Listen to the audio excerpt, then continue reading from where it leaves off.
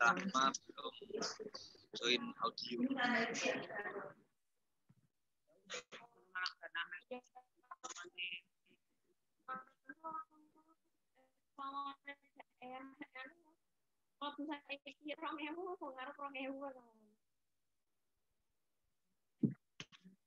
Rahma belum join audio.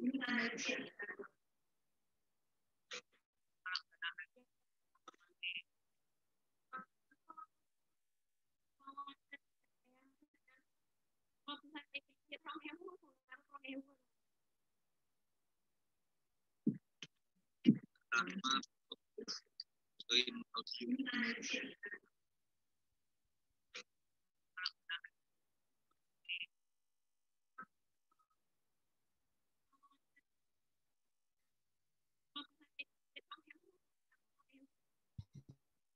Apa tuh enggak sampai dekat.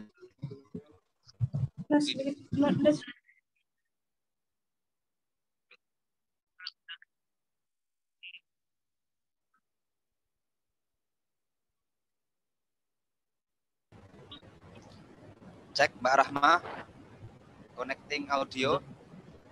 Sampai dekat.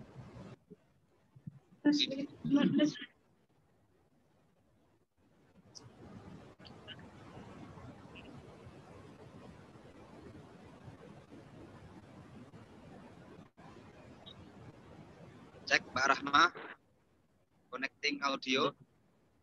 Sampai dekat.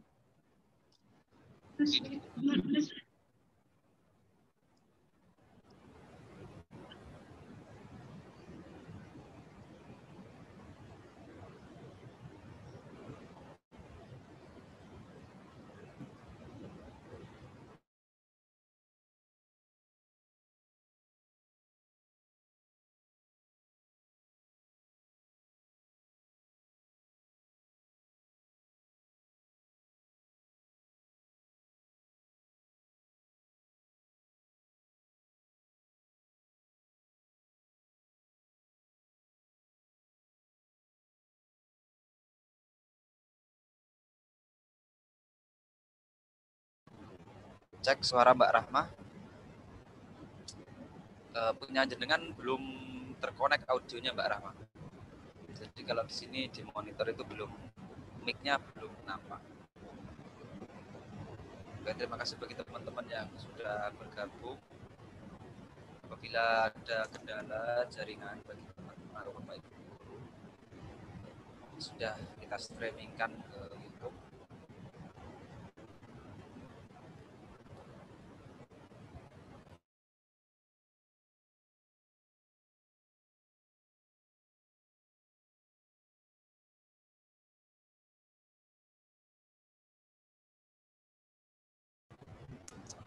Oke, cek Mbak Rahma. Di-unmute dulu, Mbak.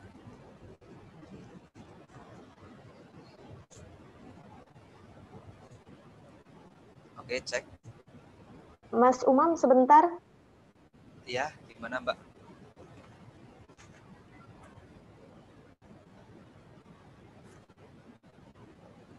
Masih mute, Mbak.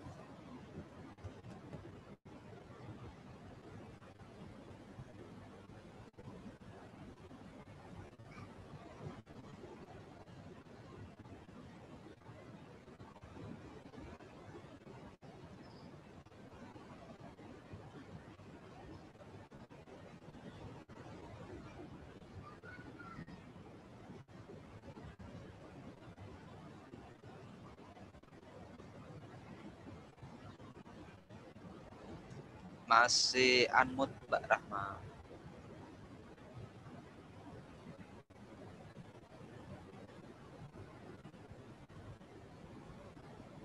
Nah, sudah tidak unmute, tapi kameranya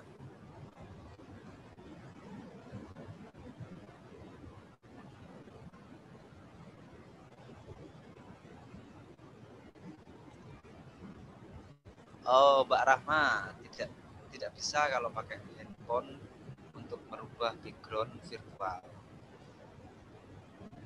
Oke, Harus oke. harus pakai laptop.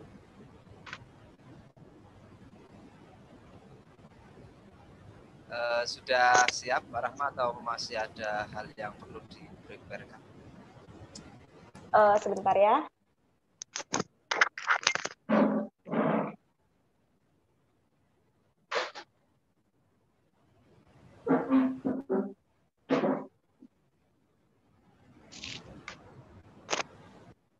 Selamat datang Widawati, Pak Ahmad,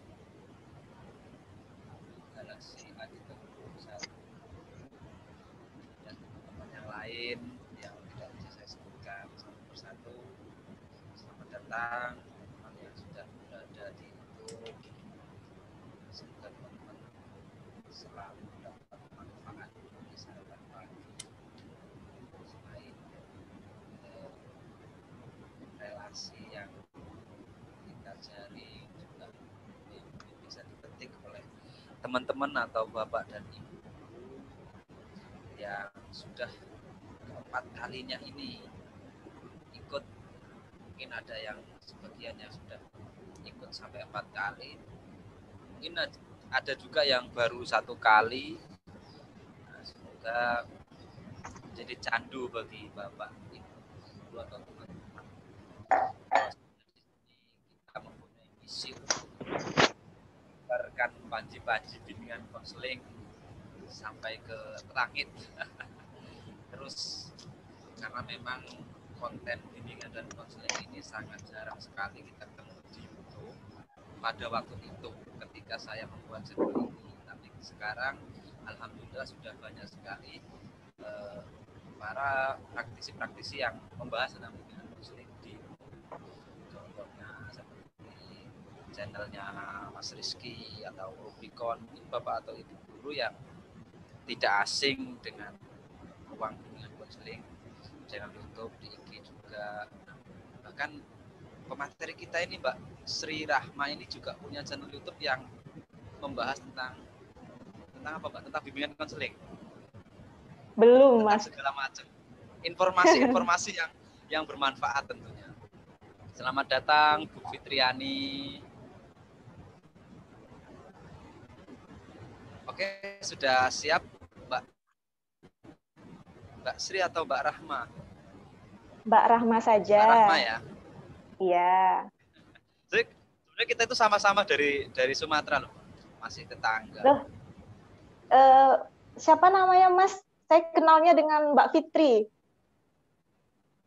Mas Umam. Oh, Mas Umam. Salam kenal Mas Umam. Ya. Siap, senior. Sumateranya di mana? Saya di Oku Timur. Oh, Palembang ya? Ya. Oke, main-main nanti ke Jambi. Dekat lah ya. Oke, bisa kita mulai ya, Mbak Rahma. Suara saya dengar jelas ya? Pakai headset saja. Jelas sekali. Baik, bismillahirrahmanirrahim. Assalamualaikum warahmatullahi wabarakatuh. Alhamdulillahirabbil alamin. Wa bihi nasta'in ala umuri dunya waddin wassalatu wassalamu ala asrofil anbiya'i wal mursalin wa ala alihi wa sahbihi ajmain. Amma ba'du. Yang terhormat Ibu Sri Rahma Ramadhani selaku pemateri kita, yang terhormat kepada bapak-bapak, ibu-ibu guru bimbingan konseling ataupun bapak ibu guru mata pelajaran yang ikut hadir dalam kesempatan kali ini, yaitu konselor yang keempat kalinya dengan tema peran mereka di pesantren. Yang terhormat teman-teman yang sudah menunggu di YouTube, semoga kita semua diberi kelancaran dalam beribadah, dalam tanda kutip beribadah, mendidik anak-anak kita, mendidik murid-murid kita.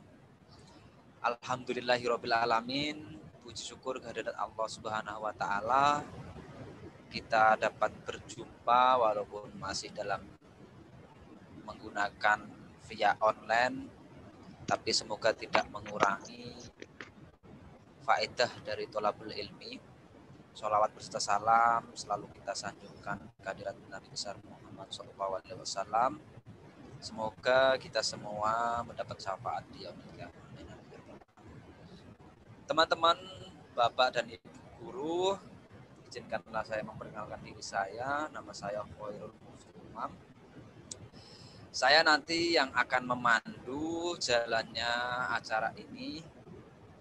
Mungkin bagi teman-teman atau Bapak dan Ibu guru yang ikut dari MTC 1, terus ada NCSEOO, terus MTC 2, MTC 3, dan ini MTC 4 sudah tidak asing lagi dengan saya karena saya selalu di depan, selalu in frame, selalu memandu acara. Terima kasih atas kesempatannya. Dan di sesi yang terakhir ini, Sarapan Pagi juga mengucapkan terima kasih kepada Bapak atau Ibu guru yang sudah meluangkan waktu kepada para pemateri kita, pemateri yang pertama sampai pemateri yang ini. Saya ucapkan terima kasih banyak. Tak lupa saya mengucapkan terima kasih atas supportnya dari DC HNI HPAI Kota Jambi Persijam. Oke teman-teman, untuk lebih singkatnya saya akan membacakan kurikulum vitae dari pemateri kita. Nama Sri Rahmah Romadhoni, Sarjana Sosial, Magister Pendidikan Islam. Tempat tanggal lahir Jambi Februari 96. Alamat Jalan HM Yusuf Nasri RT 3 Kecamatan Jambi Selatan, Kelurahan Wijayapura, Kota Jambi. HP 0822 5756 3711. HP 0822 5756 3711. Email srirahmadhoni.sr@gmail.com. It's Corpus 5721 4937 454. Pengalaman trainer bakti BKI untuk negeri 2016 sampai 2017, penulis dan editor 2018 sampai 2019, penulis buku panduan perlakuan konseling kelompok motivasional, interviewing sebagai strength based improv dan teknik self management, editor buku profesi konseling abad 21 dari Frog Moin, konselor profesional abad 21 konseling kelompok perkembangan, dosen 2019 sampai sekarang di UIN STS Jambi dan STAI Ma'arif Jambi. Pendidikan yang beliau tempuh S1 Bimbingan dan Konseling Islam BKI 2013 sampai 2017 di UIN Sunan Ampel Surabaya, dan dilanjutkan pasca bimbingan konseling 2017 sampai 2019 di Universitas Negeri Semarang. Prestasi yang beliau capai 2013 sampai 2017 dari Kementerian Agama, yaitu S1 penerima program beasiswa santri berprestasi PBSB Kementerian Agama. 2017 dari pemerintah Kota Surabaya, Dinas Sosial, mahasiswa pendamping terbaik Social Youth Competition, kegiatan pendamping anak bermasalah sosial, program kampus Social Responsibility. 2018 sampai 2019 sebagai penerima dana hibah penelitian unggulan skema dasar, pengabdian kepada masyarakat, dan penelitian hibah tesis dari UNES. 2019 DRPM Dikti, penerima dana hibah penelitian tesis magister dari Dikti. Sangat luar biasa sekali tadi CP yang kita dengarkan teman-teman. Nah tentunya seperti biasa nanti Mbak Rahma menyampaikan materinya 30 sampai 20 sampai 30 menit. Nah, setelah itu saya tetap berharap Bapak atau Ibu guru nanti ada yang bertanya dan kita lebih banyak ke ngobrol-ngobrolnya tentang masalah apa yang sering dialami oleh murid-murid kita yang berada di pesantren. Ini adalah permasalahan yang mungkin hanya ada di Indonesia ya, karena memang kalau di luar negeri, kalau ilmuwan barat yang mendefinisikan konseling itu kan tidak ada pesantren di luar negeri. Jadi memang belum ada kajian secara khusus tentang teori bimbingan konseling di pesantren. Makanya dari itu sangat penting sekali ini untuk kita kaji dan kita diskusikan. Semoga ada hal-hal yang belum kita ketahui dan dapat kita ketahui di ruangan ini. Tidak lama-lama, Mbak Sri Rahma sudah bergabung, sudah bisa, audionya sudah connect, Mbak ya? Sudah. Oke. Waktu dan tempat saya persilahkan. Oke, terima kasih Mas Umam sudah memberikan kesempatan ini. Bismillahirrahmanirrahim. Assalamualaikum warahmatullahi wabarakatuh. Selamat pagi semuanya. Salam sejahtera. Alhamdulillahirrabbilalamin. Alhamdulillah ala kulli hal amma ba'du. Rabbi shrahli sadri wa yassirli amri wahlul 'uqdatam min lisani yafqahu qawli. Yang saya hormati Bapak Hilman Rofi Azmi MPD selaku Kaprodi beserta jajarannya, serta tak lupa pula panitia talk show, owner sarapan pagi, dan teman-temannya yang telah memfasilitasi acara hari ini, serta anggota-anggota yang telah mengikuti acara talk show pada pagi hari ini. Baiklah, langsung saja mungkin Mas Umam di-share PPT-nya, bisa?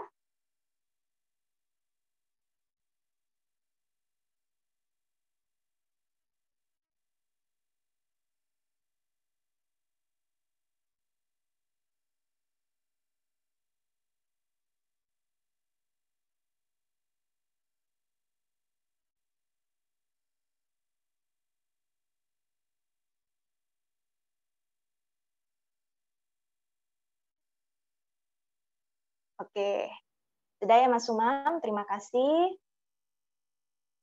Salam kenal semuanya, Bapak, Ibu, peserta lainnya.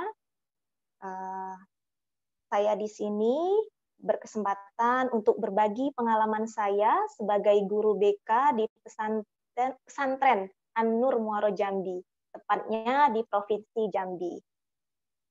Selanjutnya, Mas Umam.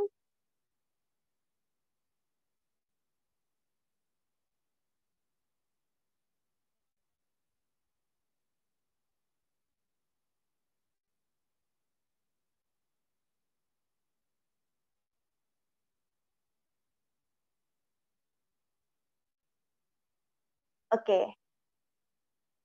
Pertama yaitu secara langsung belum ada tokoh yang mendefinisikan konseling pesantren itu sendiri sampai saat ini. Namun secara tidak langsung konseling di pesantren sudah ada dan masalah-masalah yang ada di pondok pesantren tersebut diatasi biasanya oleh staf pengasuhan ataupun langsung oleh kiainya sendiri. Nah, kedua, selama ini konseling pesantren tidak banyak dikaji. Jadi ini adalah hal-hal yang inovasi bagi calon konselor, calon sarjana untuk mengambil penelitiannya tentang konseling pesantren. Bisa secara kualitatif maupun kuantitatif. Nah, di sini tetapi faktanya banyak pesantren dari beberapa tahun yang lalu sampai sekarang konseling di pesantren itu telah terlaksana oleh tenaga profesional. Jadi biasanya ada guru BK tersendiri, ada pula guru BK pesantren tersendiri. Bisa dilanjutkan, next. slide berikutnya.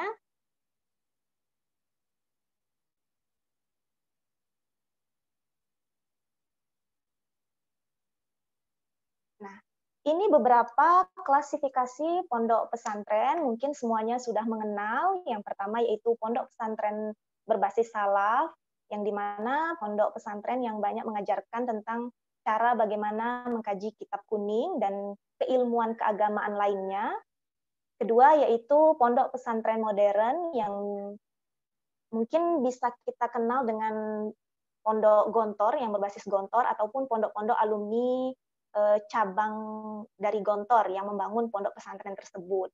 Biasanya pondok ini juga mengkaji ilmu-ilmu pengetahuan umum sama seperti MTS maupun MA dan memasukkan kurikulum-kurikulum Gontor di pondok pesantren tersebut. Nah, ketiga yaitu pondok pesantren antara modern dan salaf. Ini berbasis modern tadi yang saya sebutkan, ada ilmu pengetahuan umum sama seperti sekolah keagamaan lainnya seperti MTS dan MA, dan juga mengkaji kitab-kitab kuning di sore harinya. Nah, di beberapa pondok pesantren ini saya melakukan penelitian dalam bulan yang lalu, sehingga sekarang masih proses dalam penelitian di Indonesia bagian Barat, Timur, dan Tengah. Alhamdulillah sudah terdapat guru BK tersendiri di pondok pesantren masing-masing, tepatnya di pondok pesantren modern ataupun pondok pesantren antara modern dan salafi. Nah, jadi kalaupun di yang ketiga, pondok pesantren antara modern dan salafi, adanya guru BK di sekolah, yaitu jam pagi seperti biasanya, kemudian guru BK pesantren, itu dari sore sampai malam, atau bisa kita katakan full time, 24 jam. Nah, jadi ini adalah peluang bagi kita, calon konselor nantinya yang ingin mengabdikan dirinya ke pondok pesantren, bisa untuk menjadi guru BK di pesantren tersebut. Kemudian, karena kita ketahui bahwasanya pondok pesantren sudah selayaknya memiliki guru BK khusus pesantren, yaitu tenaga keprofesionalan dalam sarjana konseling BK. Karena di mana peraturan menteri yaitu konselor yang dinamakan pendidik profesional, yaitu sarjana BK yang telah mengikuti PPG ataupun PPK sendiri, profesi konselor. Alhamdulillah beberapa bagian Indonesia Timur, Tengah, dan Barat sudah memiliki guru BK pesantren tersebut, walaupun baru hanya beberapa saja pondok pesantren yang ada begitu. Selanjutnya,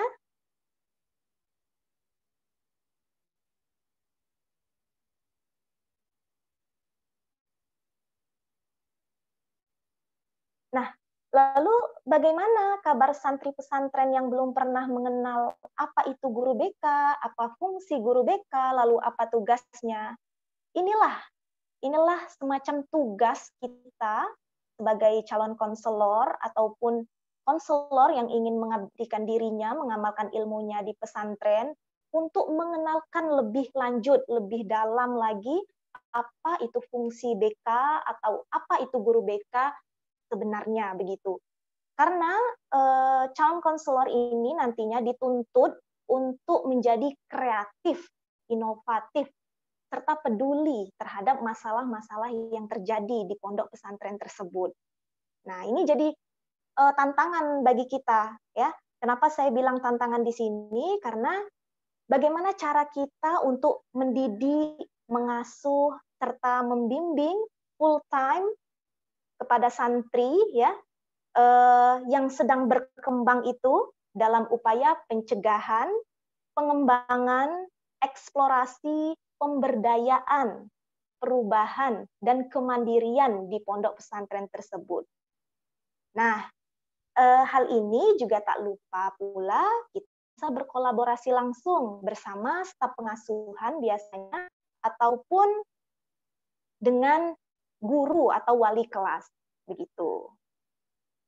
Nah, seiring perkembangan zaman problematika yang dihadapi bagi santri di pesantren semakin rumit dan beragam, Oleh karena itu, salah satu bidang yang mampu untuk menyelesaikan problematika tersebut adalah dengan bimbingan konseling pesantren. Selanjutnya, Mas Umam.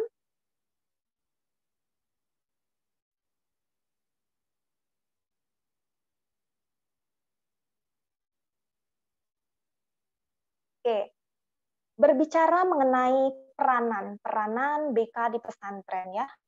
Caesar dan Stone tahun 80 menyatakan bahwa peran itu telah didefinisikan sebagai harapan atau bisa arahan untuk menjadi perilaku yang berhubungan dengan posisi.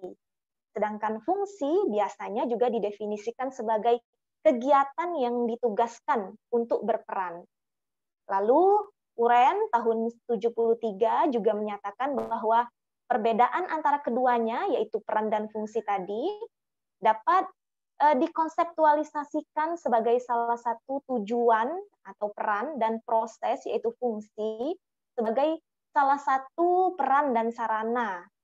Nah, kalau fungsi yang dibedakan dari peran mengacu pada cara pekerja melakukan bagiannya, dan fungsi ini akan memberi perhatian pada berbagai perilaku atau tugas yang mungkin dilakukan dalam peran.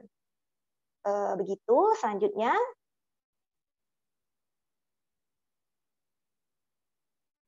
Nah, kata konseling pesantren yang tadi saya sebut di awal memang belum ada secara langsung mendefinisikan konseling pesantren itu sendiri, namun kita bisa mengambil dari term konseling atau pesantren itu sendiri, yang dimana ASCA tahun 2005 menyatakan bahwa konseling itu adalah proses membantu yang dilaksanakan oleh personil terlatih atau tenaga profesional yang melibatkan berbagai strategi atau pendekatan-pendekatan yang dapat membantu siswa dalam mengeksplorasi baik itu di akademiknya maupun karir dan pribadi sosial, yang dapat menghambat perkembangan individu tersebut atau untuk kemajuan bidang akademiknya. Itu menurut ASCA.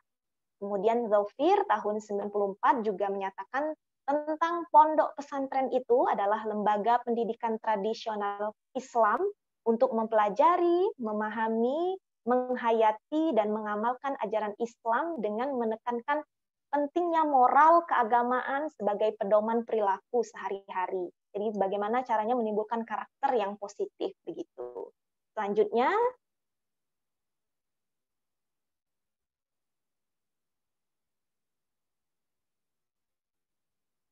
oke. Lalu saya mencoba mendefinisikan sendiri bahwasanya konseling pesantren adalah upaya pemberian bantuan oleh konselor. Konselor itu tadi bisa sebagai kiai, pembimbing, atau ustadz yang belum mempunyai guru BK.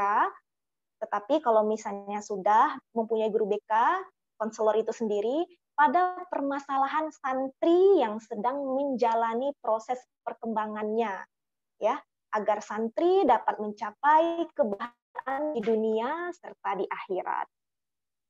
Jadi inilah definisi tentang BK pesantren itu sendiri.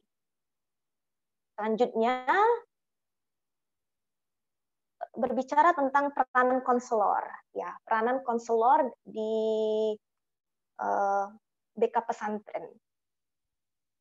Caesar dan Stone tahun 80 menyatakan bahwa tingkah laku konselor yang sesuai dengan peranannya ditentukan oleh faktor-faktor dari dalam diri konselor itu sendiri, dan ditentukan pula oleh harapan-harapan dari pihak-pihak di luar diri konselor. Apa saja faktor-faktor luar yang menentukan peranan konselor? Yaitu adanya faktor administrasi, yaitu perangkat-perangkat BK yang teman-teman pelajari, seperti layanan konseling individual, bimbingan kelompok, konseling kelompok, dan lain sebagainya. Kemudian adanya staf pengajar yang dapat membantu juga. Kemudian siswa itu sendiri, orang tua, kelompok profesional, yaitu jika masalah yang dihadapi atau diatasi tidak bisa, kita bisa berkolaborasi dengan tenaga profesional lainnya, yaitu psikolog ataupun dokter, dan teman sejawat konselor sendiri. Kemudian sedangkan faktor internal yang menentukan konselor itu adalah sikap. Sikap yang harus kita miliki, yaitu, dan kedua nilai-nilai dan adanya pengalaman hidup juga. Jadi kalau kita menjadi konselor awal atau pemula, ya kita belajar berproses. Walaupun ada kesalahan di dalam mengatasi masalahnya, kita dapat mengevaluasi proses dan mengevaluasi hasil dari penanganan suatu masalah tersebut. Dan terakhir yaitu latihan profesional. Kita juga dapat mengikuti berbagai seminar, talk show, ataupun hal-hal yang dapat menjadikan diri kita mampu untuk menyelesaikan masalah individu tersebut. Selanjutnya, Mas Umam.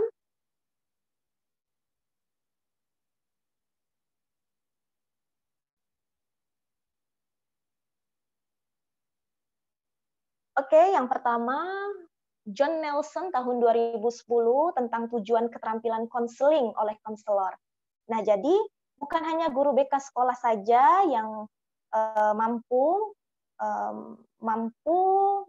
menerapkan konseling, guru BK di pesantren juga mampu menerapkan konseling di pesantren dengan keterampilan-keterampilan konseling yang ada begitu di dalam buku-buku referensi.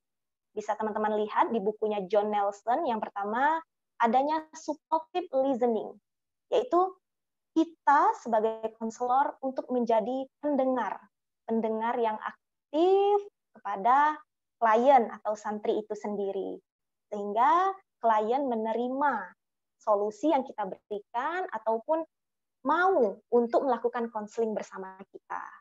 Kemudian mengelola situasi bermasalah. Jadi apabila ada masalah santri tersebut, kita dapat mengelola langsung situasi yang ada di permasalahan tersebut. Ketiga yaitu manajemen problem, yaitu kita dapat mengelola masalah tersebut sehingga masalah tersebut dapat teratasi dengan pendekatan yang nanti akan saya jelaskan. Kemudian mengubah keterampilan-keterampilan buruk yang menimbulkan masalah. Nah, biasanya santri-santri itu banyak masalah-masalah yang terjadi, baik itu masalah kecil maupun masalah besar yang nanti akan saya terangkan selanjutnya, ada di slide berikutnya. Dan terakhir yaitu mewujudkan perubahan falsafah hidup. Jadi, bagaimana cara kita untuk membuat permasalahan santri ini dapat teratasi dan santri tidak akan mengulangi permasalahan ini lagi, begitu. Selanjutnya, Mas Umam.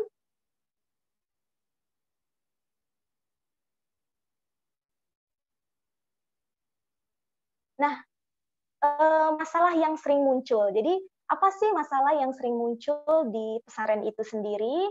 Ini pengalaman saya sendiri sebagai santri dulunya, kemudian sekarang mengabdikan dirinya untuk menjadi guru BK di pesantren tersebut. Dan ini juga hasil dari penelitian saya di berbagai pesantren yang ada di Indonesia ini. Yang pertama, selanjutnya Mas Umam.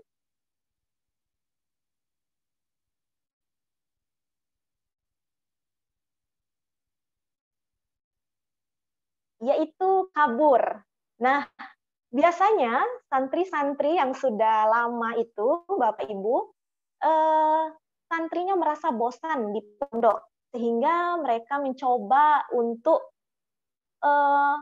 mengambil kegiatan lain, yaitu dengan kabur. Ya, kaburnya yang nggak jauh-jauh, biasanya kabur ke samping pondoknya untuk membeli makan, atau bisa juga kadang bisa main PS, biasanya begitu. Nah, ini biasanya kabur ini dilakukan oleh santri-santri yang sudah lama menetap di pondok pesantren, 1 atau 2 tahun, hingga merasa bosan begitu. Selanjutnya,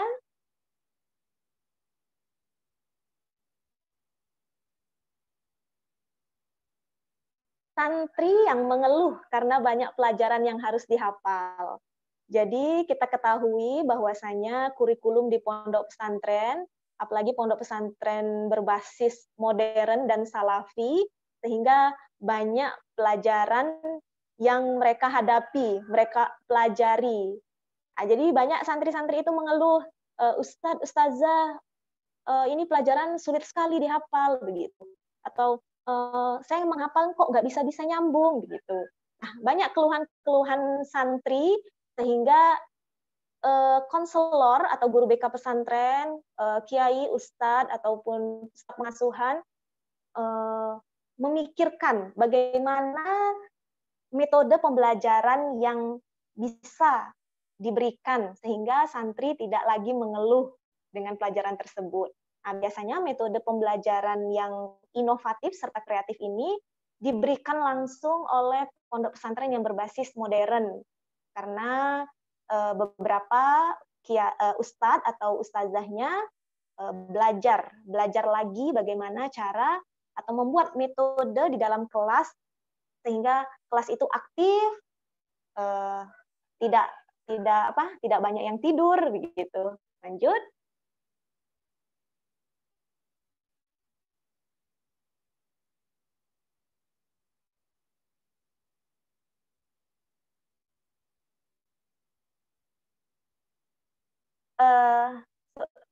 Sebelumnya Mas Umam, masih sebelumnya, slide sebelumnya. Oke.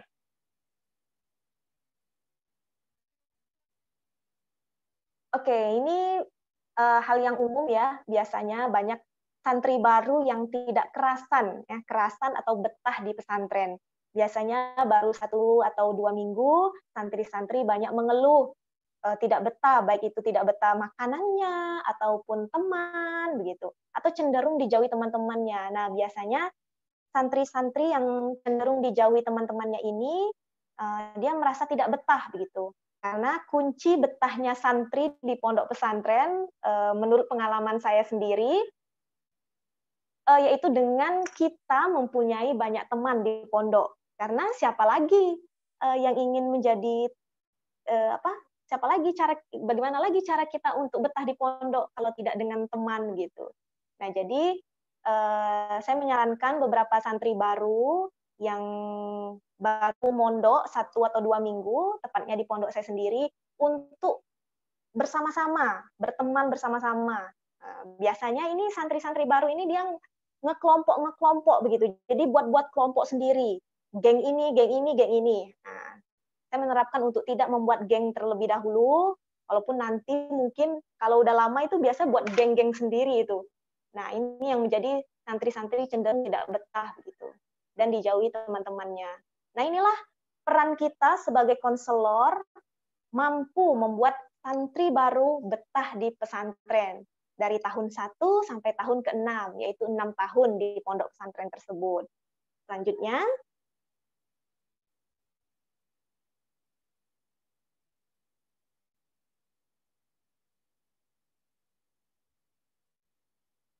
lanjut Mas Umam.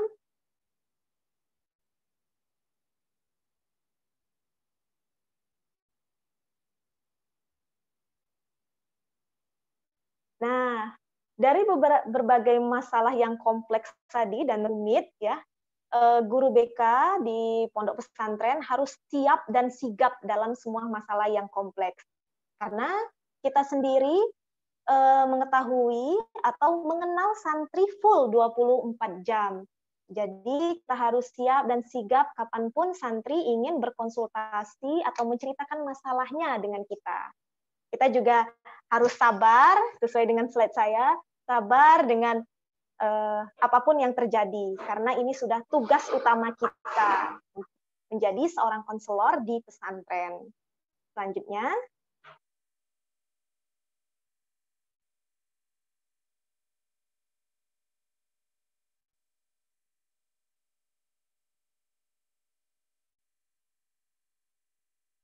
nah, lalu bagaimana penanganan yang diberikan atau pendekatan metode yang diberikan kepada santri?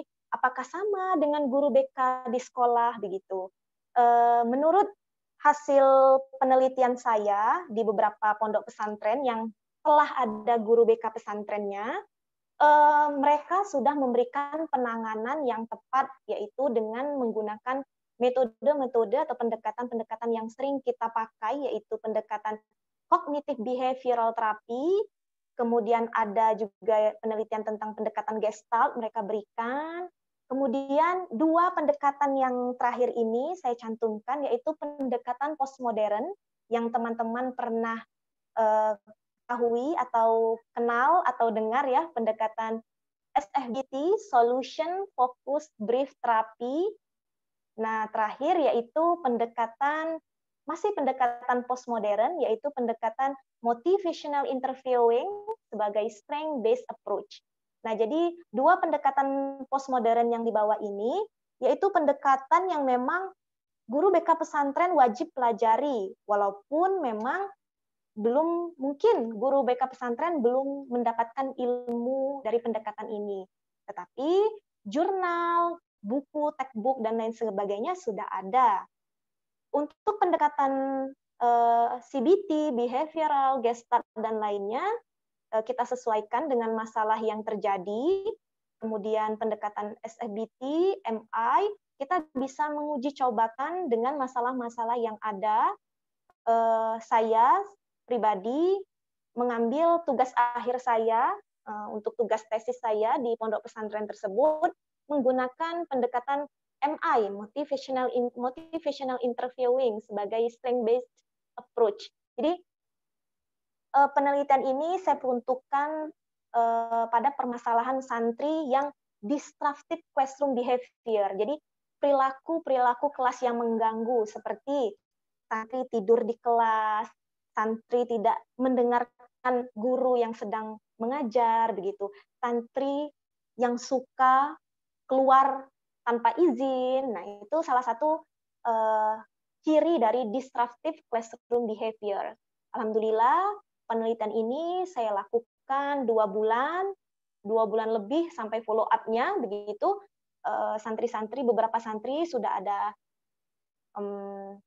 sudah baik, ada juga yang belum, tidak masalah. Yang mana pendekatan ini berarti bisa kita berikan kepada santri. Nah, kenapa saya masukkan metode ini? Karena beberapa metode yang di slide ini sudah pernah dilakukan oleh berbagai peneliti dalam memberikan konseling di pesantren. Biasanya pondok-pondok pesantren yang belum mempunyai guru BK, disinilah letak kelemahannya, begitu. Letak kelemahannya langsung memberikan solusi saja tanpa melakukan follow up yang lainnya, begitu, tindak lanjut yang lainnya. Namun ada juga beberapa staf pengasuhan yang berhasil menangani masalah yang ada di santri tersebut. Tetapi saya sarankan pondok pesantren untuk kedepannya, mari kita sama-sama sebagai calon konselor Prodi BKPI IAIN Kudus untuk mengembangkan keilmuannya di BK pesantren, begitu. Dengan keilmuan-keilmuan, pendekatan-pendekatan, teori-teori pendekatan yang telah diberikan oleh dosen di kampus untuk menerapkannya di pondok pesantren. Kita bantu staf-staf pengasuhan, baik kiai, kita bantu, kita kolaborasi bagaimana caranya untuk menyelesaikan masalah yang ada di santri tersebut. Begitu. Sehingga metode yang diberikan juga tepat dan cocok. Nah, begitu. Ini juga bisa dijadikan penelitian bagi calon-calon konselor dalam menangani masalah-masalah santri yang ada di pondok pesantren tepatnya. Bisa ditambahkan juga dengan survei pendekatan-pendekatan yang selama ini diberikan staf pengasuhan atau kiai untuk menyelesaikan masalah-masalah yang ada di pondok pesantren. Ya, hal yang pertama yang patut kita lakukan yaitu dengan asesmen tersebut, yaitu menggali informasi yang ada melalui wawancara, observasi, bagaimana cara penanganan yang tepat dalam masalah-masalah yang ada di santri tersebut, begitu. Selanjutnya,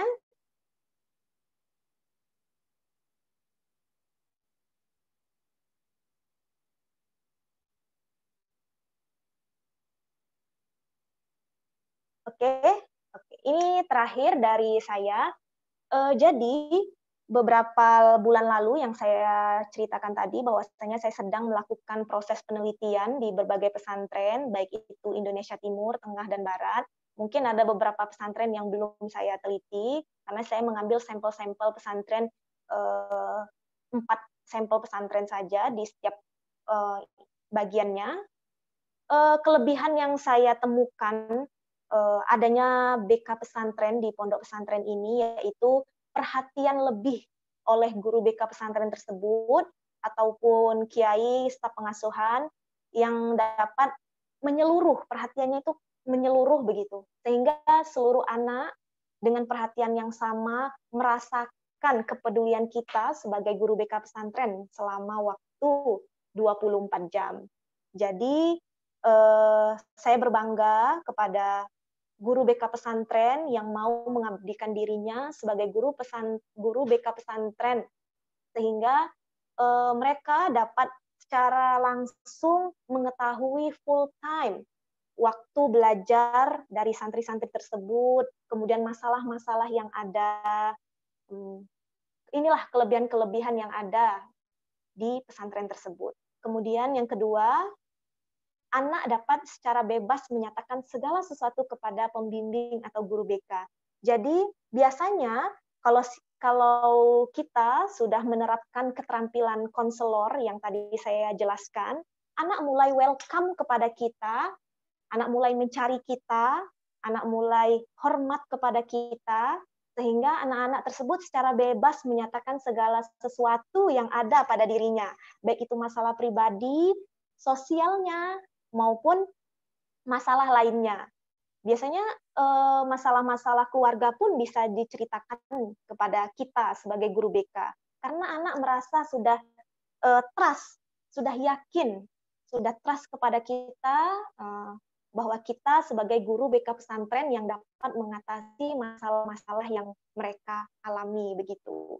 Inilah kelebihan-kelebihan yang saya temukan di beberapa pesantren, kelebihan sebagai guru BK di pesantren. Walaupun memang ada guru BK sekolah sebelumnya, pagi hari, kemudian sore sampai malam hari guru BK pesantren. Nah, biasanya guru BK pesantren ini juga menyurvei masalah-masalahnya tidak hanya dari siswa tersebut, namun berkolaborasi dengan guru BK sekolah itu sendiri. Itu juga. Lalu kekurangannya, nah ini patut menjadi pelajaran sama-sama bagi kita sebagai guru BK pesantren ataupun nanti calon konselor yang ingin mengabdikan dirinya di pesantren. Yang pertama yaitu kurang berjalannya administrasi BK pesantren. Jadi banyak guru-guru pesantren itu atau guru BK pesantren itu langsung saja menangani masalah ketika waktu itu, kemudian tidak merekap kejadian-kejadiannya lagi, tidak merekap maksudnya tidak menulis, kemudian tidak membuat perangkap BK itu sendiri, kemudian tidak membuat laporan-laporan, tidak melakukan asesmen sesuai dengan pengetahuan BK umumnya begitu. Jadi langsung saja, spontanitas mereka langsung menangani masalah tersebut.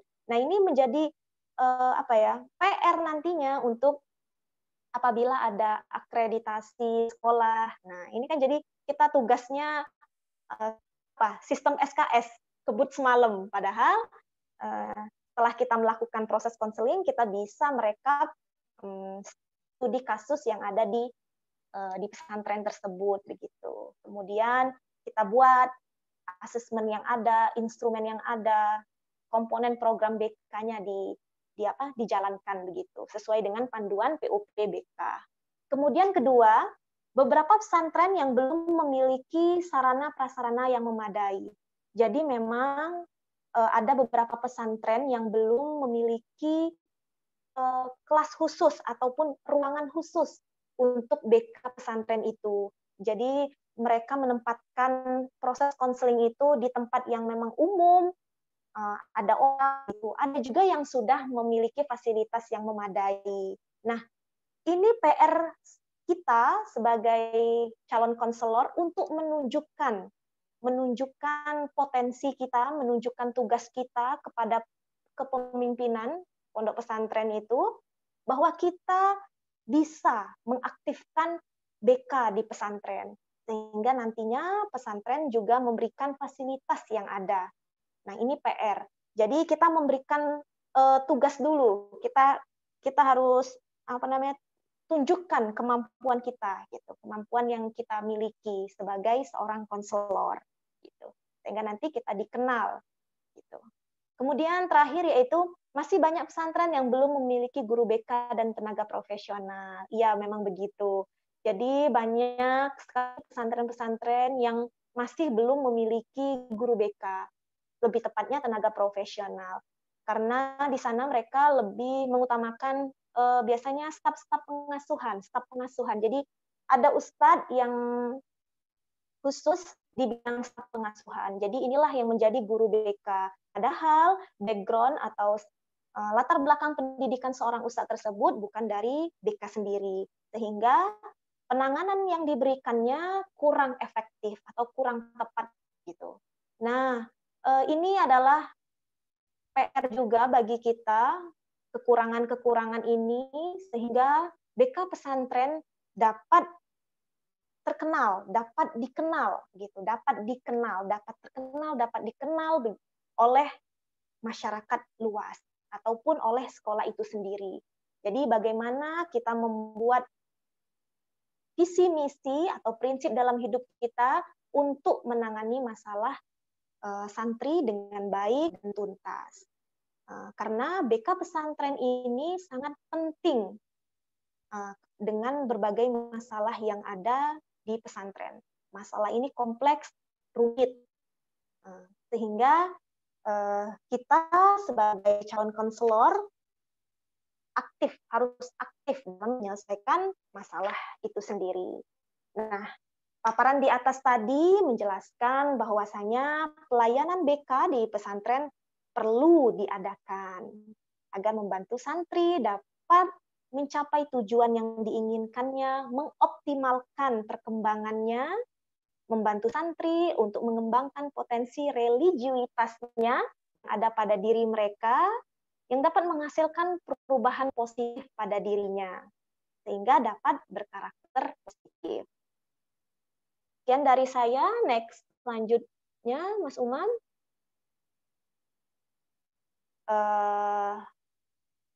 Oke, itu saja pemaparan dari saya. Semoga bermanfaat. Terima kasih atas partisipasinya. Saya kembalikan kepada moderator.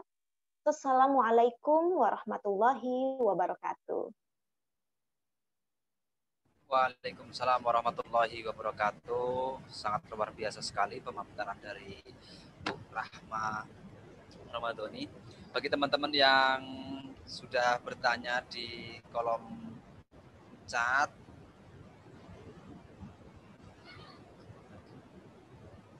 tentunya teman-teman sudah penasaran sekali nih untuk lebih dekat lagi ngobrol langsung dengan Mbak Rahma yang sangat luar biasa sekali, sudah membumbung meninggi, sudah keliling ke Indonesia, sudah melakukan penelitian bahkan yang skalanya se-Indonesia.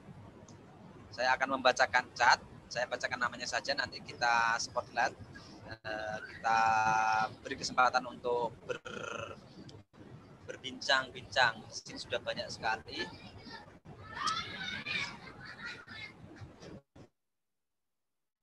Mohon maaf ya teman-teman, Bapak Ibu kalau suara di tempat saya banyak sekali suara kerumunan anak kecil karena memang perumahan seperti inilah. Oke, di sini sudah ada ETY Hotijah, Mbak Eti Hotijah. Kita akan aks atau unmute.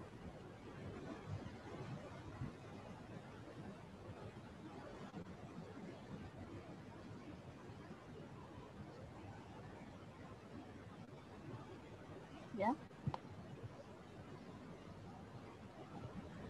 Sudah bisa tersambung?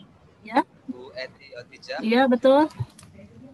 Ya, silahkan, apa yang mau Bu Eti sampaikan? Nah, ini aja, saya punya kasus, punya cerita gitu. Teman saya PK, punya teman, anaknya itu kemarin dimasukkan ke pesantren. Tiba-tiba mau dipindahkan ke SMP umum. Saya tanya, kenapa alasannya? Karena dia merasa tidak setuju diperlakukan oleh OSIS itu push up. Jadi dia tidak menginginkan anaknya masuk pesantren itu diberi sikap seperti itu. Nah, sekarang bagaimana peran BK di pesantren dalam menghadapi seperti itu?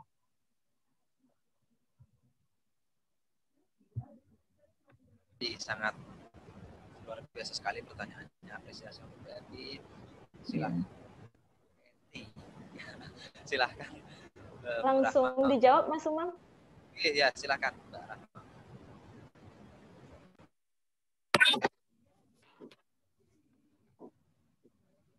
Halo? Ya. Oke. Terima kasih atas pertanyaannya Ibu Eti. Salam kenal. Kenal juga. Masuk pertanyaan tadi, bagaimana kenapa anaknya di pesantren kemudian ingin dipindahkan ke sekolah umum dikarenakan OSIS yang melakukan kekeliruan gitu ya Bu ya, untuk push up gitu. Ya, padahal ibunya itu guru BK juga gitu, sama saya juga. Itu bagaimana nih dalam menghadapi seperti ini itu. Sementara kan dia harus tahu bahwa memang dia punya ini bahwa dia anaknya ditempatkan di pesantren itu bukan ingin dididik seperti itu gitu ya. Dia ingin mungkin pemahaman agamanya lebih tinggi ini, makanya dia tidak setuju diperlakukan OSIS seperti itu. Nah, apakah dalam hal ini guru BK bisa menjelaskan kepada OSIS atau bisa mengindikan bagaimana manajemen di sekolah di pesantren itu atau gimana? Oke. Sebelumnya saya ingin tahu apa ada guru BK sendiri di pesantren tersebut, Bu? Ada katanya di pesantren Tasik. Tidak, belum ada. Oh, belum ada. Iya. Nah, iya, betul. Inilah yang belum ada ya, Bu. Nah, inilah memang menjadi kelemahan bagi pesantren itu sendiri karena belum merekrut atau belum membuka lowongan pekerjaan bagi guru BK untuk di pesantren itu, sehingga beberapa penanganannya kurang tepat. Nah, biasanya OSIS yang melakukan kontak fisik ini dilarang, Ibu. Jadi, apabila kita tidak boleh menghukum anak dengan fisik begitu. Kita boleh memberikan punishment atau hukuman kepada anak yang melanggar dengan cara-cara yang tepat, yaitu bisa menghafal atau membersihkan lingkungan pondok dan lain sebagainya. Nah, jadi ini terdapat kekeliruan dari organisasi yang ada di pondok tersebut. Jadi saran dari saya, alangkah lebih baiknya anak tersebut tetap di pondok terlebih dahulu, namun orang tua bisa langsung memberikan saran kepada staf pengasuhan, biasanya ada staf pengasuhannya, sehingga nanti staf pengasuhan langsung memberikan mandat kepada ketua organisasi untuk tidak melakukan kembali kontak fisik atau hukuman yang diberikan oleh santri tersebut. Memang sekarang dari tahun berapa saya lupa, tidak boleh lagi hukuman-hukuman yang ada kontak fisik tersebut begitu. Kalau dulu masih boleh, tahunnya saya tahun berapa, 2000-an, 2007 masih boleh. Tetapi peraturan sekarang anak tidak boleh lagi diberikan hukuman-hukuman yang seperti ini begitu. Jadi langsung saja hubungi staf pengasuhannya. Bagaimana misalkan kita gimana Bu? Gitu. Ini sudah bisa dimengerti? Enggak, cuma saya mau tanya lagi, itu bagaimana caranya menyampaikan kepada pihak pesantren untuk bisa di pesantren itu ada guru BK agar anak itu banyak yang stresnya itu bisa artinya bisa diminimalkan lah gitu. Diminimalkan ya Bu ya. Iya. Jadi sepatutnya kita sebagai orang tua yang ingin anaknya juga aktif perkembangannya, baik itu sosial, fisik, dan lain sebagainya, kita sebagai orang tua memberikan saran langsung kepada ustadz atau staf pengasuhan ataupun langsung ke kiainya untuk mengadakan guru BK di pesantren khususnya atau ustadz yang memang ahli dalam bidang tersebut. Kalaupun belum ada, tapi dianjurkan memang untuk merekrut kembali guru-guru BK untuk bekerja di pesantren. Dari situ dapat kita ketahui atau dapat terkumpulnya proses-proses yang ada, proses-proses permasalahan yang ada di santri tersebut. Jadi langsung saja Bu, nggak apa-apa sebenarnya kita langsung temui pengasuhan ataupun kiainya untuk memberikan saran. Ini kan juga untuk kemajuan pondok tersebut gitu. Ya, harus ada koordinasi ya. Harus Iya, ada koordinasi koordinasinya. antara orang tua sama pihak pesantren ya Mbak ya. Iya, boleh. Kan biasanya kalau menjenguk bisa langsung ditemui ustadznya kan Bu? Halo? Bisa mengajukan ini aja ke apa? Harus ada koordinasi aja ya Mbak ya. Iya, Pihak itu memang pihak orang tua. Koordinasi langsung saja Bu, langsung. Kelas Bu Pipit. Ya, terima kasih Mbak. Iya, Terima sama-sama Bu Eti. Oke, terima kasih Mbak Rahma dan Bu Eti. Kita kali ini teman-teman akan langsung ke Ibu Siti Aisyah. Langsung kita menuju ke Jombang. Halo Bu Aisyah, sudah dibuka kameranya dan moodnya. Silahkan dipertanyakan apa yang perlu ditanyakan. Silahkan. Baik, terima kasih. Sudah terdengar suara saya? Sudah Ibu. Oke, Assalamualaikum warahmatullahi wabarakatuh. Saya Siti Aisyah. Saya di SMA Tarensain, Tebu Ireng, Jombang. Kebetulan untuk guru BK-nya memang untuk guru BK yang berada di SMA. Cuman untuk beberapa case siswa atau santri, itu biasanya memang yang ada di pesantren juga kita atasi. Nah, begitu memang cakupannya lebih luas dibandingkan dengan guru-guru yang khusus hanya di SMP atau di sekolah aja. Nah, ada mungkin yang saya pertanyakan, Bu. Ini sebenarnya case siswa. Saya bilang aja si A ini dia di SMA sudah kelas 3, sudah hampir 2 tahun lebih mondok di sini. Cuman sampai saat ini itu belum bisa bersosialisasi dengan baik dengan teman-temannya. Jadi sering menyendiri, lalu dia itu sensitif, sering menangis di saat tertentu, saat tidur dia, terutama saat sholat tahajud atau saat sholat 5 waktu atau saat mengaji. Itu sering menangis tanpa sebab. Ya.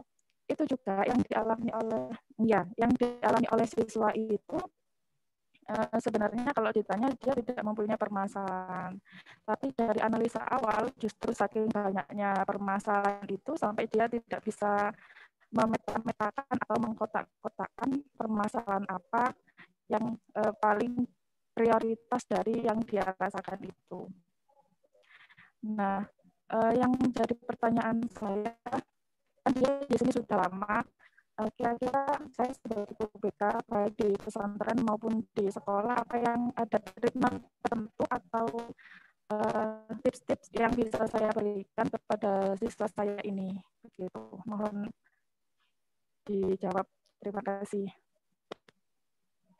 Oke, langsung saja terima kasih atas pertanyaannya Bu Aisyah. Dengan permasalahan yang ini memang beberapa banyak santri yang mengalaminya ya Bu. Sulit bersosialisasi, padahal sudah lama mondoknya begitu. Saran saya sebagai guru BK, kita kembali, kita harus mendekatkan diri kita kepada anak tersebut.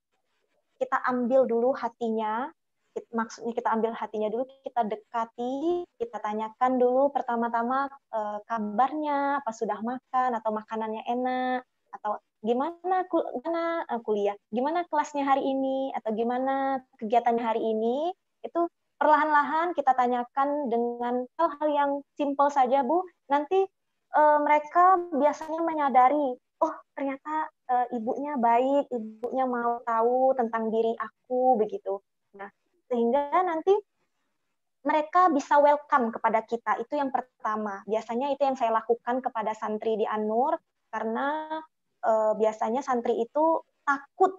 Pertama kali dia takut untuk berbicara. Nah, jadi kita sendiri sebagai konselor harus aktif bertanya bertanya dengan hal-hal yang simpel saja begitu. Itu yang pertama. Kemudian yang kedua, kita mulai melihat lingkungan sosialnya. Kita tanyakan, misal namanya Aisyah, misal namanya Reni, kita tanya Reni ini berteman dekat dengan siapa, kita bisa menggali informasi ini dengan teman dekatnya langsung, ataupun si Reni tidak mempunyai teman dekat, kita bisa lakukan observasi terlebih dahulu di kelas. Dia dekat dengan siapa, atau dia sering menyapa siapa, biasanya hal-hal yang perlakuan-perlakuan seperti ini dia senang atau dia tenang dengan orang yang dia sapa begitu atau yang dia dekati. Nah, dari situ kita bisa menggali informasi teman yang sering didekatinya. Nah, sehingga nanti titik permasalahannya kita tahu sedikit problematika yang ada di diri siswa tersebut. Kemudian yang ketiga, setelah kita tahu hasil dari teman, kemudian anak mulai welcome, baru kita langsung saja bertanya bagaimana perasaan di pondok selama ini, ada kekurangan atau ada yang kurang disukai begitu. Itu hal-hal yang simpel menurut saya, karena kalau kita welcome sebagai konselor di pondok, apalagi anak pondok itu biasanya malu untuk bertanya, malu untuk mengekspresikan dirinya, sehingga lebih banyak diamnya, itu lebih tepatnya kepada perempuan. Nah, jadi memang kita dituntut untuk aktif merangkul anak tersebut sehingga menimbulkan trust, kepercayaan pada diri anak tersebut. Bagaimana Bu Aisyah? Kalau seperti itu memang sudah saya lakukan. Sudah saya beberapa kali bertemu dengan si santri ini. Sudah menjalin, membangun rapport, sudah menjalin kedekatan dan sebagainya untuk penggalian informasi. Tapi memang anak ini sangat introvert, tidak bisa menceritakan hal-hal sembarangan ke orang. Itu mungkin yang membuat susah untuk saya untuk menggali informasinya. Sejauh ini kalau ditanya itu memang tidak ada permasalahan, ya cuma tidak ada apa-apa Bu, begitu. Ya mungkin itu saja. Mungkin terima kasih masukannya. Insya Allah nanti akan saya gali lebih dalam agar bisa membantu para santri di sini. Terima kasih. Ya, sama-sama Bu Aisyah. Terima kasih. Mungkin Bu Aisyah. ya, Mas Umam sebentar tambahan untuk Bu Aisyah. Mungkin bisa berkolaborasi dengan orang tua, lebih tepatnya ketika di rumah, bagaimana dia di rumah, itu juga bisa dapat menggali informasi. Kemudian terakhir, menggunakan teknik ekspresif. Jadi kita bisa menggunakan teknik menulis. Jadi kasih kertas ke anak tersebut, kemudian ekspresikan anak tersebut melalui tulisannya. Jadi disuruh anak tersebut untuk menulis apapun tulisannya, boleh tulisan, boleh gambar. Nah, dari situ nanti kita bisa mencerna apa masalah yang ada di tulisan tersebut, atau bisa menggunakan teknik-teknik lainnya. Nanti bisa menghubungi saya, Ibu Aisyah lebih tepatnya, untuk teknik yang ini. Alhamdulillah saya sudah mempraktekkannya bersama dosen saya sebelumnya, teknik ekspresif ini. Nanti saya kasih gambarannya begitu. Terima kasih. Alhamdulillah. Ya, terima kasih Mbak Rahma atas jawabannya yang sangat lengkap sekali, dan juga Bu Aisyah, semoga diberi ketabahan untuk membimbing anak didiknya menuju jalan yang diridhoi oleh Allah. Amin.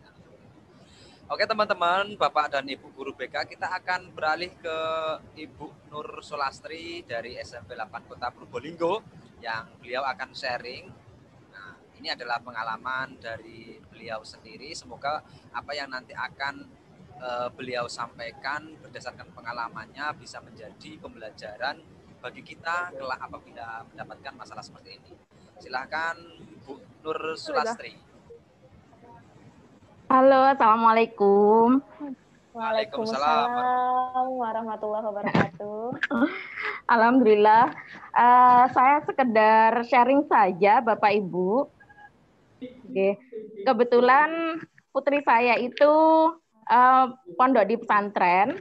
Alhamdulillah sudah 4 tahun, tapi memang pada awalnya putri saya itu tidak kerasan dan memang banyak masalah-masalah yang selalu dihadapi. Setiap saya jenguk pasti ada masalah informasi dan apapun yang diceritakan, tapi saya tetap mendengarkan dengan baik.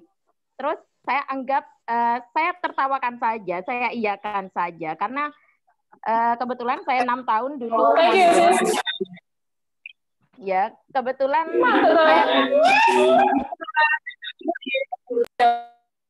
6 tahun mondok, jadi saya juga mengalami hal-hal seperti itu dan kebetulan putri saya bilangnya saya dibully.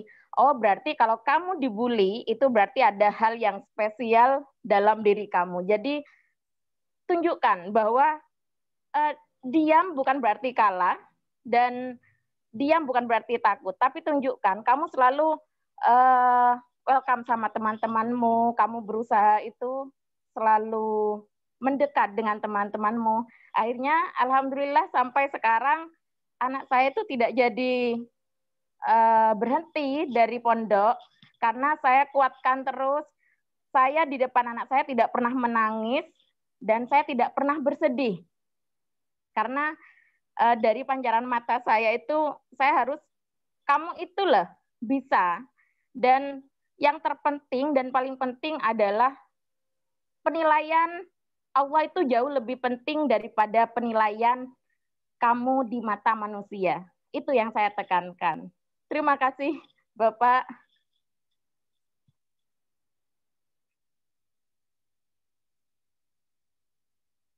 Oke, terima kasih Bu atas penyampaian pengalamannya. Semoga menjadi pembelajaran bagi kita apabila nanti kita mempunyai anak di pondokkan dan terjadi kasus seperti itu. Karena memang juga tidak lupa Pak Umam, kita harus selalu selipkan humor atau lelucon-lelucon. Jadi anak-anak itu suka gitu lah dengan banyolan kita, dengan cerita-cerita kita. Akhirnya anak itu respect sama kita. Oke, mantap.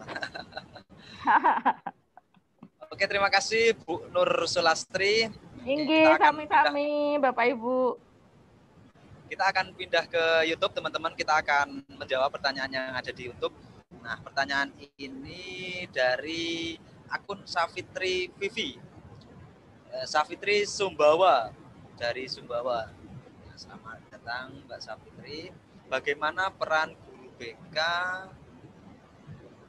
di pesantren dalam mengatasi kasus bullying, karena banyak sekali bullying di pesantren terutama santri-santri baru. Nah, seperti itu Mbak Rahma.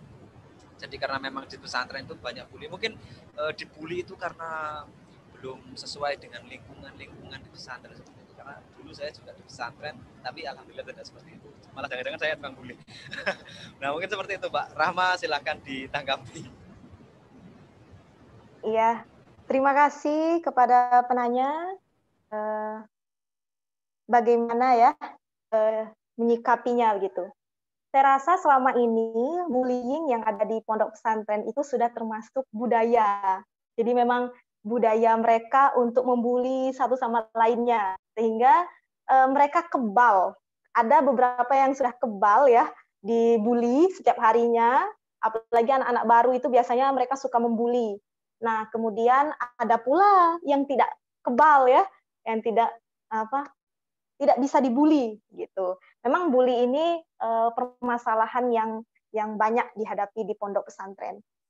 Biasanya hal yang pertama yang kita lakukan ketika anak ada masalah dibully itu seperti yang dijelaskan Ibu tadi, kita bawa dengan gembira atau lelucon dulu. Kita bawa dengan dibully karena apa? Wah, kalau yang tadi santrinya itu nangis menjadi tertawa. Jadi kita bawa dengan kegembiraan terlebih dahulu. Wah, kenapa kok bisa dibully? Ada apa? Wah, jangan-jangan kamu bisa gitu. Bisa anak-anak welcome kalau misalnya kita bawa dengan senyum ataupun dengan lelucon yang ada. ini bisa menjadikan kita sebagai support system mereka begitu. Oh, berarti ada yang peduli dengan masalah aku ini begitu. Nah, penanganan yang biasa dilakukan para guru BK tentang bullying ini yaitu pertama pendekatan langsung kepada santri yang dibully, kita dekati, kita welcome, kita terbuka tentang masalahnya, kemudian kita tanyakan bulinya ini bully yang biasa atau bully yang sudah luar biasa begitu. Maksudnya bully yang biasa-biasa saja seperti bully fisik begitu atau bully yang lain sebagainya. Nah, biasanya santri-santri yang bully-bully biasa ini mereka terima-terima saja. Apalagi bully ini bisa sampai setiap hari. Padahal bully ini bisa mengecam kepribadian mereka kelak ke depannya begitu. Cuman kita tekankan lagi kita sebagai murid yang dibully biasanya langsung saja pakai penanganan. Kalau kamu dibully lagi, kamu tutup telinga kiri, kamu buka aja telinga kananmu, kemudian kamu buka lagi telinga kiri, hilang itu bulian. Biasa begitu, anak-anak langsung ketawa dengan candaan seperti itu. Tapi tak lupa pula kita ke temannya, langsung kita koordinasikan langsung ke temannya yang siapa saja yang membuli. Jadi ada pertemuan antara yang si pembuli maupun yang dibully begitu, sehingga masalah ini selesai di hari itu sendiri. Biasanya begitu. Biasanya ada lagi pengulangan-pengulangan. Nah, nanti kita proses lagi yang membuli ini, kenapa begitu, apa salahnya, atau bagaimana. Kita kasih ya kita boleh kasih punishment sehingga mereka takut untuk membuli teman yang ini. Tetapi kita kasih kepercayaan diri kepada yang dibully bahwasanya anggap saja itu sebagai lelucon yang ada, jangan dimasukkan hati, nanti apa, pokoknya dibawa candaan saja begitu. Itu biasa penanganan yang cepat teratasi jika dibully di pesantren gitu.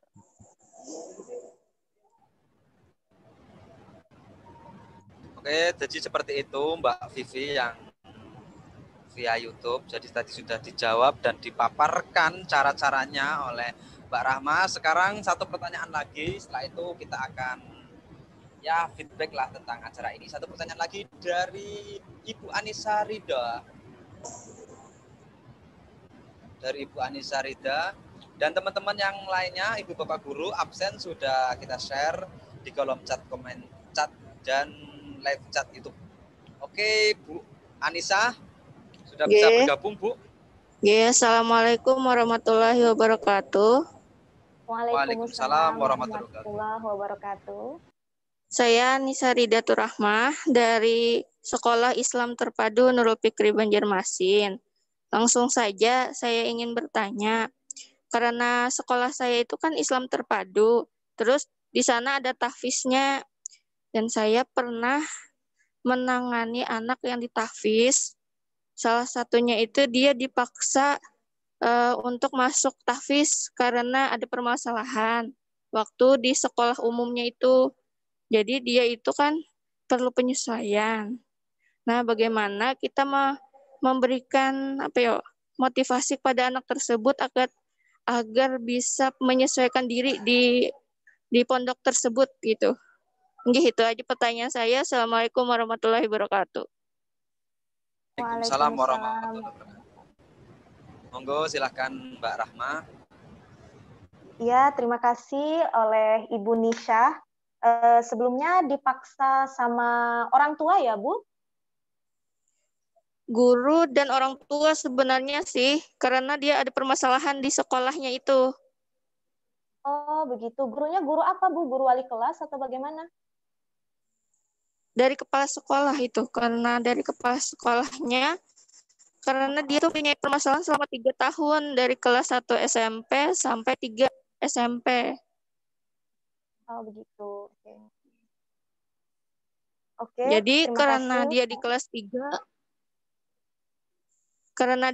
3 itu kan mau lulus, tapi karena dia tidak ada perubahan, jadi dipaksa ditahfiz. Nah, seperti itu. Bagaimana cara kita memberikan masukan untuk dia untuk tetap ibaratkan tuh perubahan dalam dirinya itu nah. Oke. Oke, terima kasih Bu Nisha. Sebelumnya kita ketahui bahwasanya manusia itu unik. Manusia itu mempunyai potensi yang masing-masing dimiliki, tidak sama. Nah, jadi apabila sudah dimasukkan ke program tahfiz ini, hendaknya kita terlebih dahulu melihat potensi yang ada di siswa tersebut, karena nanti ini bisa menjadi tekanan kalaupun tidak sesuai dengan potensi yang ada di dirinya. Walaupun ini memang jalan yang terbaik untuk dirinya ke depan. Namun, kegiatan-kegiatan lain seperti ekstrakurikuler yang sesuai dengan passion, yang sering kita kenal dengan passion. Nah, biasanya anak yang melakukan sesuatu sesuai dengan passionnya, mereka senang untuk menjalani segala aktivitas yang ada. Bisa juga jadi betah di sekolah Islam terpadu ataupun hal lainnya begitu. Jadi kiat-kiat kita sebagai guru, pertama kita kenali dulu potensi yang ada, apakah anak ini bisa menghafal dengan cepat ataupun lambat. Jadi kita bisa ada ukuran anak ini, oh ternyata memang anak ini bisa untuk masuk di program tahfiz ini.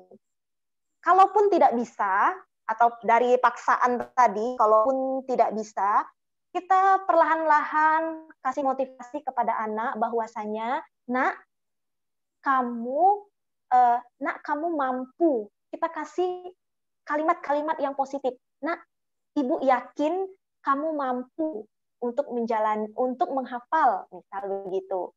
Kata-kata kamu mampu bisa membuat atau menghasilkan energi positif yang ada di dalam diri individu. Nah, jadi kita lihat kalau misalnya perkembangan dari yang kita bilang tadi, 1 minggu, 2 minggu ada perkembangan yang bagus, berarti anak ini tepat di program tahfiz. Nah, kalaupun anak ini tidak ada perubahan di program tahfiz tersebut, kita bisa ikut sertakan anak-anak di kegiatan ekstrakurikuler lainnya. Jadi biasanya di Islam terpadu ada kegiatan pramuka ataupun kegiatan lainnya yang bisa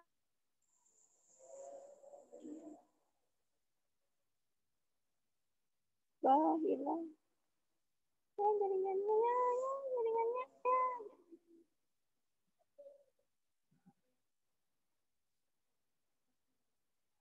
Nyaring keseru. Tidak. Nyaring keseru. Masih bisa terhubung, Mbak Rahma?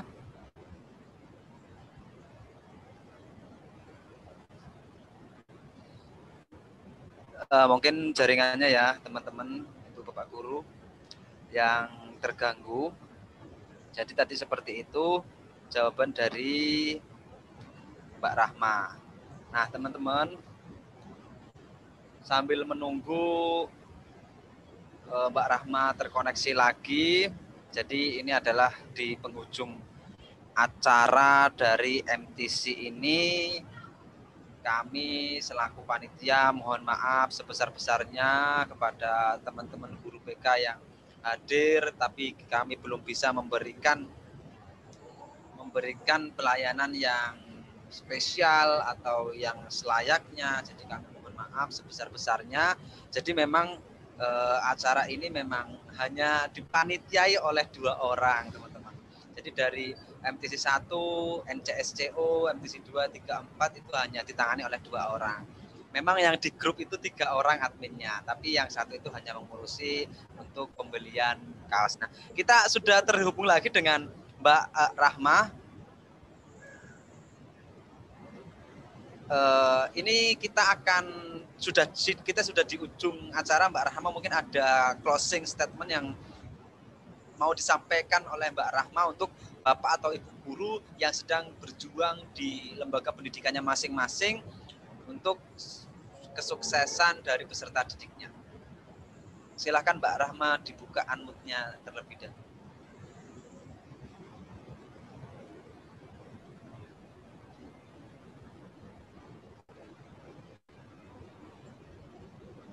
Oke, sudah ya Mas Umam? Ya, masuk.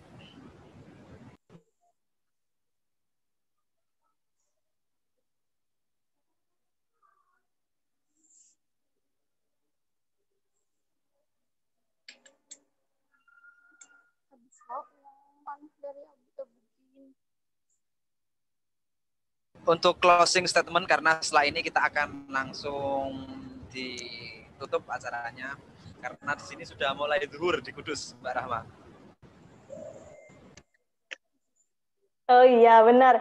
Di Jambi masih 30 menitan ya. Oke. Oke, langsung saja closing dari saya. Begitu ya Mas Umam? Harus sesuai dengan kemampuannya. Itu pas kepada karena Ya, Mbak. Oke. Oke. Terima kasih Bapak Ibu semuanya. Saya berharap sekali mari sama-sama kita tanamkan di diri kita prinsip untuk menjadi supportive listening. Jadi untuk menjadi pendengar yang baik kepada diri klien sehingga menimbulkannya atau tertimbul kata trust, yaitu kata keyakinan di diri klien itu sendiri, sehingga klien welcome kepada kita. Kita tanamkan ke diri kita untuk tidak menjadi seperti polisi sekolah, bagaimana isu-isu yang ada, guru BK. Itu buang jauh-jauh karena itu sudah yang dulu. Yang sekarang kita coba senyum, kita coba menjadi supportive listening, pendengar yang baik. Dan terakhir, untuk calon konselor ataupun guru BK yang ada, sama-sama kita tanamkan prinsip kita harus menjadi konselor yang kreatif, inovatif, serta peduli sosial.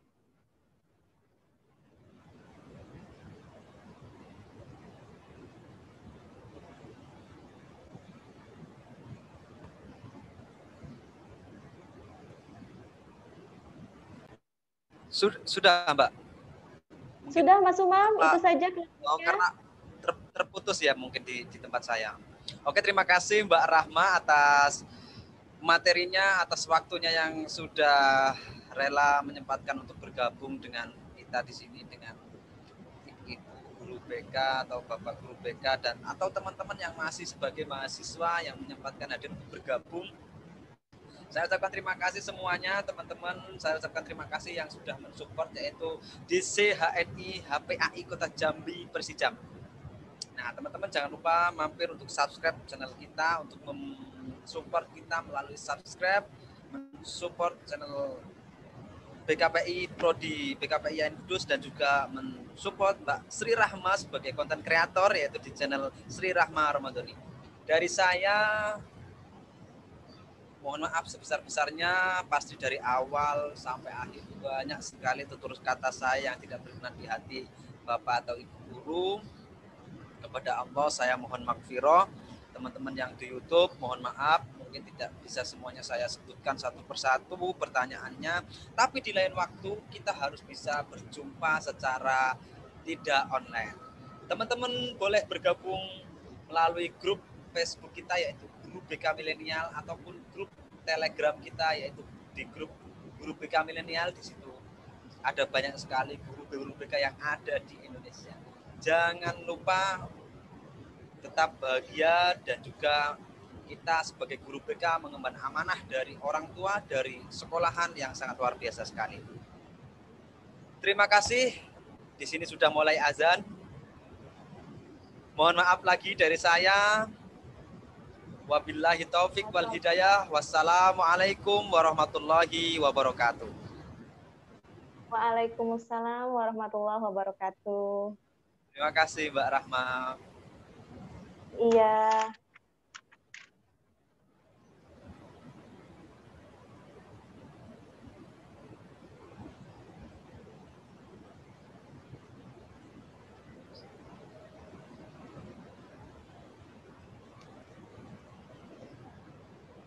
Silahkan diisi daftar hadir bagi teman-teman.